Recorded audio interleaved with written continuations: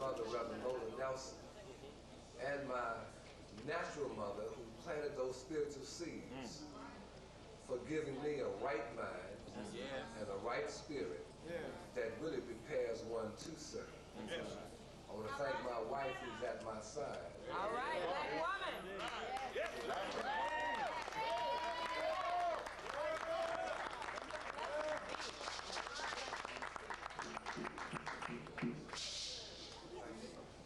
sweet. Do that again. Do it again. I want to thank the members of the National Black United Front. I've had the privilege of chairing the Houston chapter of the National Black United Front and serving on its National Leadership Committee for over 15 years. And the work that we have done together has laid the base for a politics of empowerment and self-determination. Go ahead, Brother Don. And we know that the National Black United Front will continue to be a leading force for justice in this city. That's right. And I will continue to be, God willing, a member and a servant in that organization. All right. All right.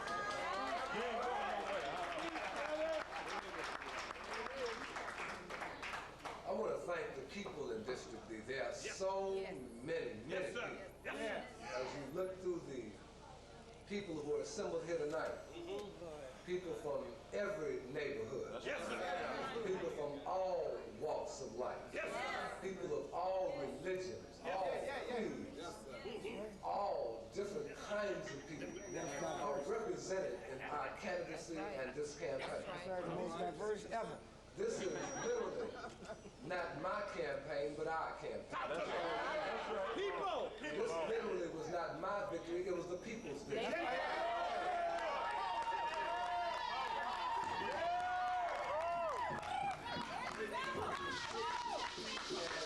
We have literally, as a community, sent a message. Yes, sir!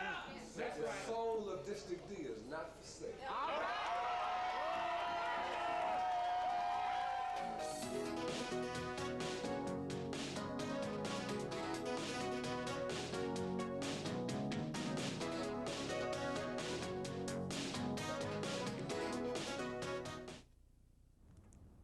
Hello and welcome to another edition of City Talk. I'm Carol Herrera.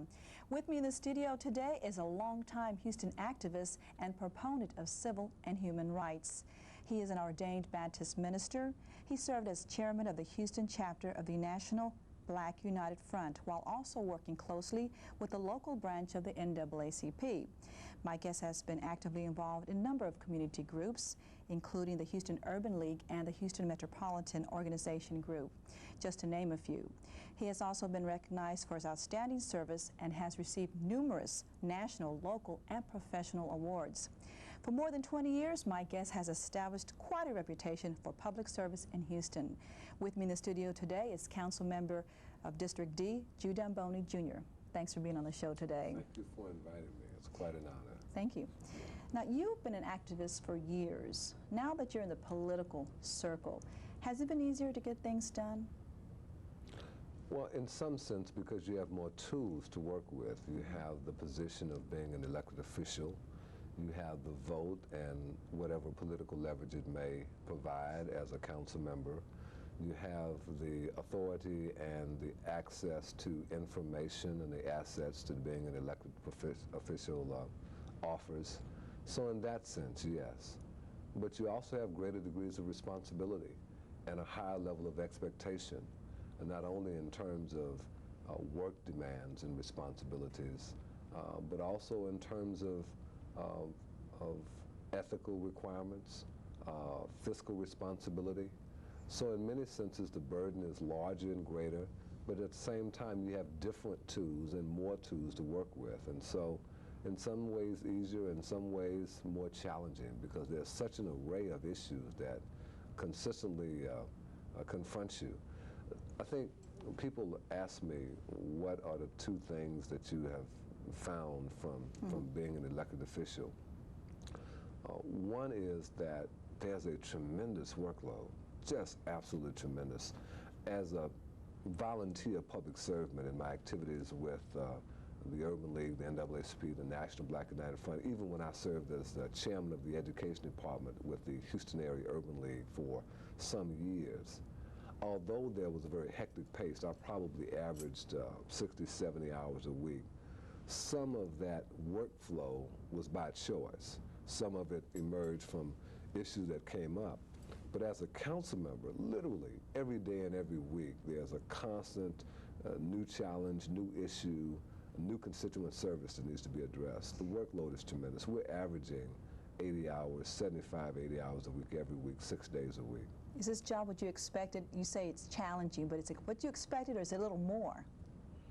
I did not expect the workload and demand. One of the difference from being in the movement, as we say, in the civil and human rights movement, is although people believe and plead for your help and have a certain expectation because you've given that you will give, as an elected official, people often think that they kind of own you. And so not only do they have expectations, but they have demands. And I get phone calls on Sundays at home, Sunday mornings, late at night, at midnight. Calls, for example? People who need help and need a problem. And it's amazing that people said, well, I just thought I'd call you at home. I didn't know how to reach you at your office. I didn't know how to call the operator and find out where the office is. When I'm out, sometimes with my family or my children, people stop and they want to tell me about a problem that they've had. And so the most difficult challenge for me has been able to try to work to maintain the balance between public life and private life, professional service and family responsibility. That's been a very, very difficult and continuing challenge for my wife and I. And it's important because when you have that balance in your life, you're able to bring a better part of yourself to the work. You're able to do more work more efficiently and more effectively and be a better public servant. That's been the biggest challenge. And now, Houston's most up-to-date midday newscast. This is Fox News 1230 with Linda Cheek-Heinrich, Jose Grignon, and Matt Levine with weather.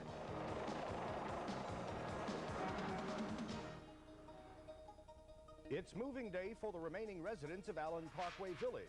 And law officers move in to make sure the court-ordered eviction is obeyed. Good afternoon. Andrea Watkins is filling in for Linda. The final move out at Allen Parkway Village housing project tops our news. It's been a day of anger and tension and sadness, with the last residents forced to clear out to make way for demolition. Our Sue Speck joins us now live from Allen Parkway with the latest. Sue? Andrea, Jose, the residents were up against a federal judge's order to move out. The deadline was noon. That is passed, and things are calm here, even though the police had the bomb squad out here a little bit earlier checking out some suspicious packages. There were 14 holdouts at the beginning of the day. We had expected one of those to be Lenwood Johnson, the man who has been leading this fight to save the complex for so many years. But a couple of hours ago, that stance began to soften. Most of the remaining 14 residents were scurrying to move out this morning, trying to beat the noon deadline. Some who had been determined to stay and let U.S. Marshals forcibly remove them were having second thoughts and getting this advice. We want to live to fight another day. There are also the concerns that if people are forcibly removed, will they be removed from public housing roles? Fears that Houston Housing Authority officials say are justified. If they are removed physically from the property and they've said, store my things in a public housing unit, which we are even willing to do that, technically they're still on our program. If they choose not to accept a unit and to be evicted physically, then technically they are off the program. So if they don't say to you, store my stuff, they're out. That's right. City Councilman Don Boney was meeting with both Houston Housing Authority officials and HUD officials to try to work something out. Federal marshals move in, and the last holdout gives in. It's moving day at Allen Parkway Village. So let's go to Allen Parkway Village Live, where Deborah Wrigley begins our team coverage of what has turned out to be a very emotional day for residents there. Deborah? Allen, for the first time in about 50 years, Allen Parkway Village is completely empty, at least of all its registered residents, and the property will now be prepared for demolition. There is concertina wire around the perimeter right now, and police guards. As the last person to agree to leave said, It is sometimes better to leave under duress than arrest. Early morning, police moved in. Moving trucks came. It was a day the few remaining residents refused to believe would dawn. Never. Never thought it would come to this. Nearly 20 years of bitter court fights went into this day. That's how long the Housing Authority and its opponents have been tussling over the land on which Allen Parkway Village sits. They want to move us out and revitalize it, but I don't believe it. Today, though, the Housing Authority had the upper hand. By late morning, one of the holdouts was talked out. Is that a baby? Then another. He didn't want to see anybody get hurt. He didn't want to see our family split up and our children.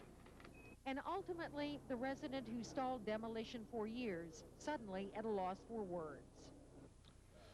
The people love me here, and I love them.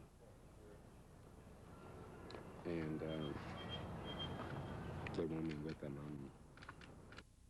Right here, you have a shopping basket full of some of those documents. Right here, it says who killed the 4th Ward, dated 1976. That shows you how long back some of these go. Now let's go to the other side of Allen Parkway Village with Don Cobos. Don. Well, Deborah, as you can see, Allen Parkway Village sits at the feet of Houston's picturesque downtown skyline. And when developers pressured politicians to rid the city of this eyesore, one man said no. Now, after today's resolution, Lenwood Johnson is being recognized for his contributions. How do you feel, Lenwood? I'm gonna make a statement in just a minute. How you doing? As Lenwood Johnson finally decided to leave his home here at Allen Parkway Village this morning, he had a smile on his face. After 15 years of struggling with Washington and Houston bureaucrats, Johnson had come away with a victory. He'll be able to return to his home here after it's remodeled with many of his holdout neighbors. We have to not only be proud of, but we have to salute the model, the example that these residents, under the leadership of Lenwood Johnson, have demonstrated to us the power of the people themselves to get involved and to help determine their future. Johnson became the backbone of this Allen Parkway Village struggle in the early 1980s when he refused to follow government orders to leave this 1940s-era low-income housing project. Johnson saw the property as his home on historic land. He even received the support of the late Congressman Mickey Leland, and eventually Allen Parkway Village was placed on the National Register of Historic Places. This is Channel 13 Eyewitness News. Our top story on Eyewitness News. It's been embroiled in controversy for years, and now the wrecking ball is tearing it down. City leaders hope a brighter future will rise from the rubble of Allen Parkway Village.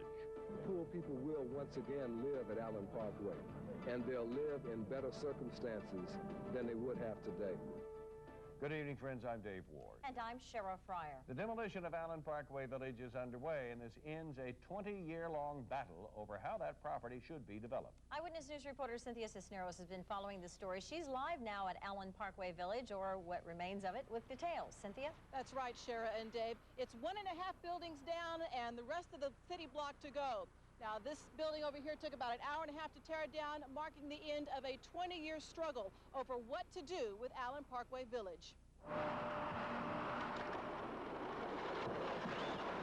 The crush of the concrete, brick, and steel marks a new beginning for Allen Parkway Village. There's some new dreams that are rising now. Dreams to have even better housing and more housing. And also dreams that even on this site, more housing for people who are poor will remain. 2 months ago, the 8 remaining families gave up their homes here, leaving by a federal court order. When revitalized, Allen Parkway Village will have 500 apartments occupied by low and middle income families as well as elderly residents. I think that this property has been one of the reasons that the 4th Ward area has not been redeveloped. And I think that as you begin to see Allen Parkway redeveloped, you will begin to see the entire 4th Ward blossom into a wonderful community. This property will be redeveloped for the public, not for private developers. Poor people will once again live at Allen Parkway, and they'll live in better circumstances than they would have today. That's a real victory. Now, any sign of noticeably absent were any sign of protesters as well as former Allen Parkway Village residents. Now, the construction crews have told us that they're going to be out here again tomorrow. Demolition should take about 6 to 7 months because of asbestos removal. And construction is set to begin on Allen Parkway Village by the early part of next year. That's what we're told by the Housing Authority. Reporting live from Allen Parkway Village, I'm Cynthia Cisneros, 13 Eyewitness News. Just one building was destroyed today. Because of asbestos removal, that process is going to have to take several months. When it's completed, APV will consist of 500 apartments and will house the elderly and low-income middle I think the families. important thing to remember is that a long list of battles have been fought around this project. There's still some struggles to come, but some battles have been won. This property will be redeveloped for the public, not for private developers. Poor people will once again live at Allen Parkway, and they'll live in better circumstances than they would have today. That's a real victory. Now, to clarify, that is low and middle income families as well as the elderly. The renovation of Allen Parkway Village is expected to be completed by 1998. Live with the entire Eyewitness News team. This is Channel 13 Eyewitness News. The continuing controversy in the Kennedy Heights subdivision took another turn today. In a unique fact-finding public hearing, attorneys for both sides addressed Houston City Council. The neighborhood in question is located in southeast Houston, and our Gene Norman shows how differently the problem there is perceived by the Chevron company and the residents in that troubled community. We have made our babies' formulas cooked with, drank, bathed in poison water. And you knew this. And with that accusation, City Council member Don Boney and other officials began 2 days of public hearings to determine the facts about this neighborhood. According to Kennedy Heights lawyer John O'Quinn, that there are chemical substances on and under the land that these homes and these people are located. They're there. Even they admit they're there. O'Quinn showed a map of health-related illnesses in Kennedy Heights. Illnesses O'Quinn claims came from 3 oil pits buried underground for 70 years. But Chevron claims the pits were cleaned out. In 1927, a tornado destroyed the roofs that covered these open earthen pits. And immediately after that, the pits were closed, the oil was removed. The residents are suing Chevron, and the case is slated for federal court early next spring. Fed up with the slow legal pace, they turn to City Hall. Even though the city is not a party to litigation, these are my constituents in District D. They have repeatedly come to me and asked me to help to investigate the matter to see how I might be helpful. It's important to remember that this is not a trial, but a series of public hearings which concludes tomorrow. And unlike a trial, these hearings may not clear the air in this cloudy issue. Reporting from City Hall, Gene Norman, 13 Eyewitness News. And at this hour, a showdown underway at City Hall. People living in Houston's Kennedy Heights subdivision are squaring off against the Chevron Oil Company, claiming old waste pits on Chevron's property are causing serious health problems, even death. Terrence Jackson joining us live from City Hall tonight with the latest. Terrence? Well, Marlene, this is a somewhat rare public hearing underway here at City Hall. It was called by Councilman Don Boney, not a governmental agency as we normally see.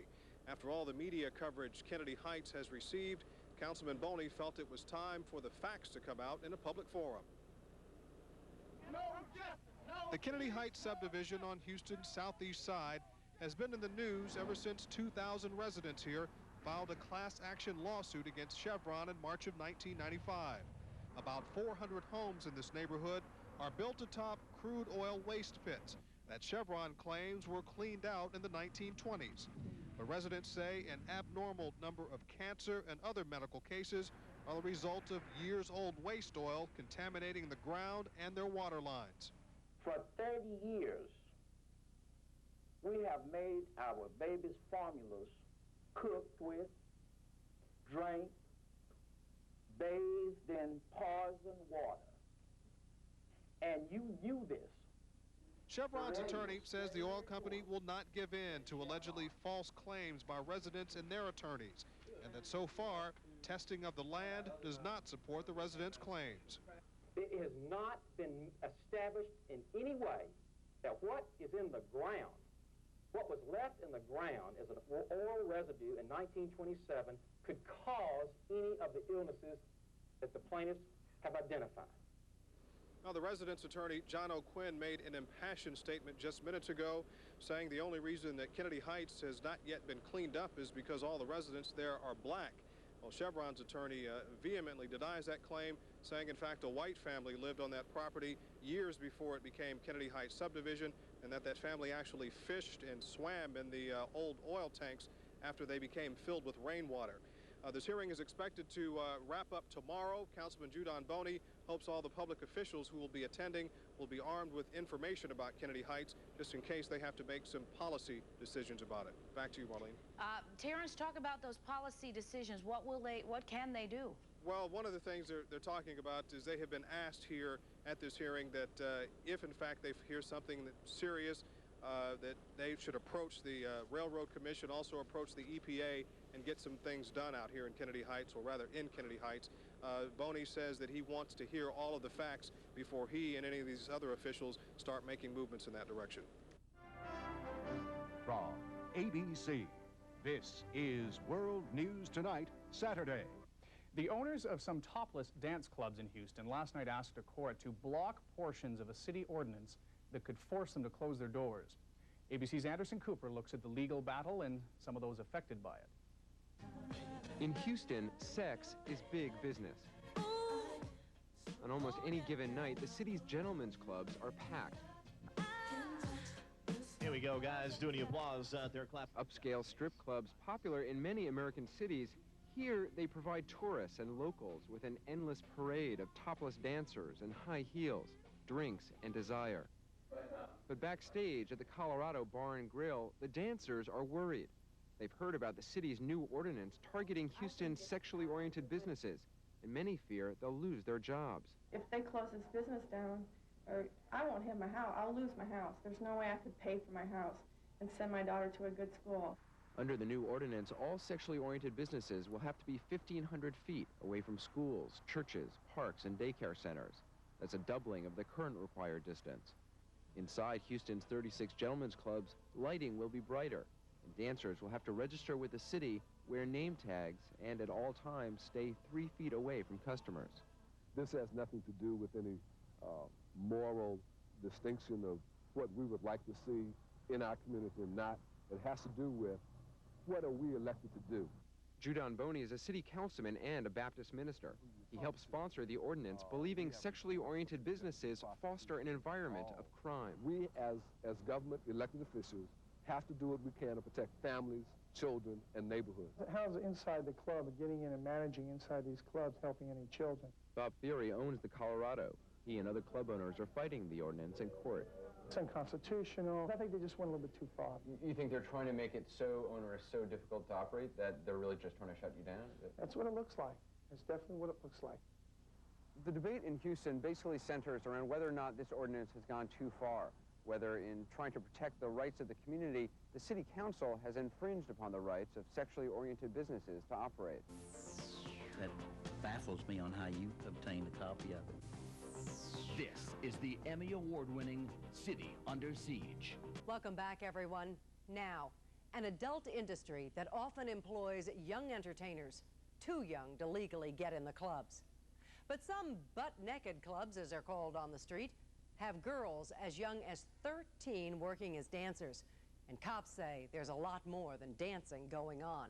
Our Carolyn Canville investigates.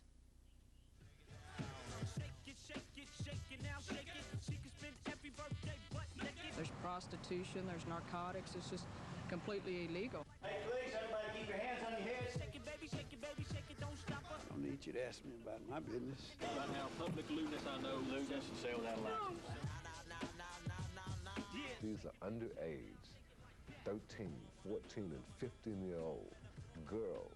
Pure and simple, it's an old-fashioned whorehouse. Taking it off takes on a whole new meaning inside some of Houston's adult entertainment clubs. They are assuming we have sex. They're known on the street as butt-naked clubs. Everybody butt naked in here. They call it adult entertainment, but vice officers say there is more than nude dancing going on behind these doors. They're prostitution enterprises, what most of them are. And cops say a lot of the so-called adult entertainers here are actually young teenage girls. The girls basically are young juveniles. They range from the age of 13 to, I guess we've seen them all the way up to about 25. Many are runaways, lured by the promise of excitement and money. Promise them the world, and then they'll house them, feed them, buy them clothes. It's all about money. But police say while the pimps pocket the cash, the girls end up paying the price. And then when they try to get out, it's not as easy as what they think it is to get out. Cops say the pimps often physically abuse the women and move them from place to place to keep their families from finding them. Some young women who said they used to work in the clubs told us they danced nude and even had sex with patrons for money and drugs. But they would not go on camera, not even in heavy disguise. They all said the same thing. And they're in fear of their life. I mean, some of them have no place to go. There's a lot of fear surrounding the industry. There's been a lot of violence surrounding these clubs, shootings. About 6 weeks ago, police raided the Diamond Club on OST after a fight broke out. The club is now shut down. Authorities say these businesses are totally illegal, that they have no licenses whatsoever. The city says this one's been operating in a dangerous building, and the fire department calls it a fire hazard. The buildings are unsafe. The activity that goes on in there is unsafe. But even shutting them down doesn't always stop them. We may close the doors on one, and they'll move right down the street and open up and do the same thing. Court records show this man, Robert Swain, alias Jerome Swain, operated the Savoy Club on MLK Boulevard. I don't need you to ask me about my business. Officials say that's just a cover for Well, really are just fronts for prostitution and drug trafficking. Council member Don Boney, whose district includes the Savoy, says the city is arming itself for war on the butt-naked business. We've beefed up the enforcement area of the police department so that we can crack down in undercover vice operations. City officials are also asking the state for more regulatory power to crack down on these clubs. And have basically decided that we want to take whatever actions that are legally appropriate to eliminate them from the neighborhood. I think it can be stopped, but it's going to take a lot of effort on everybody's part. It's something we've got to stomp out. It threatens children. For City Under Siege, I'm Carolyn Canville. News to Houston, Daybreak. First at 5, where local news comes first. A city council vote calls for big changes. That battle is the big story this morning. The new rules could force almost all of the businesses to shut down or move. But as News to Houston's Brett Lee reports, the owners are not willing to pack it up and leave.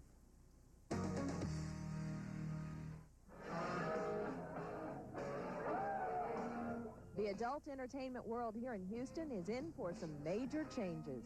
After weeks of heated debate, the City Council has now reached a unanimous decision, passing a tough new ordinance that cracks down on sexually oriented businesses.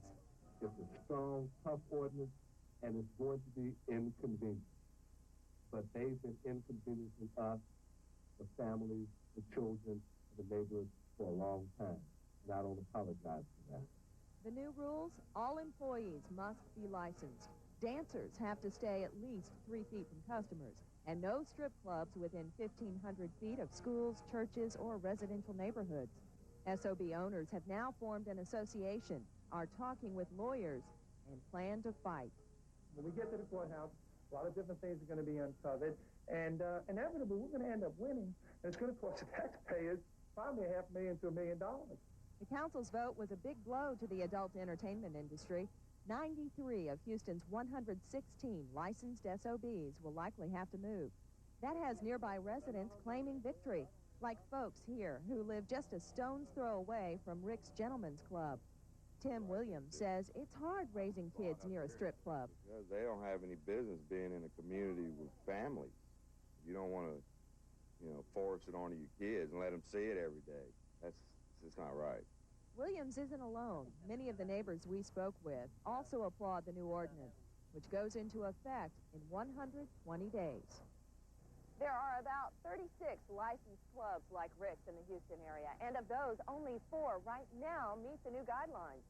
That means almost all of them could be forced to relocate. Brett Lee, News to Houston, Daybreak.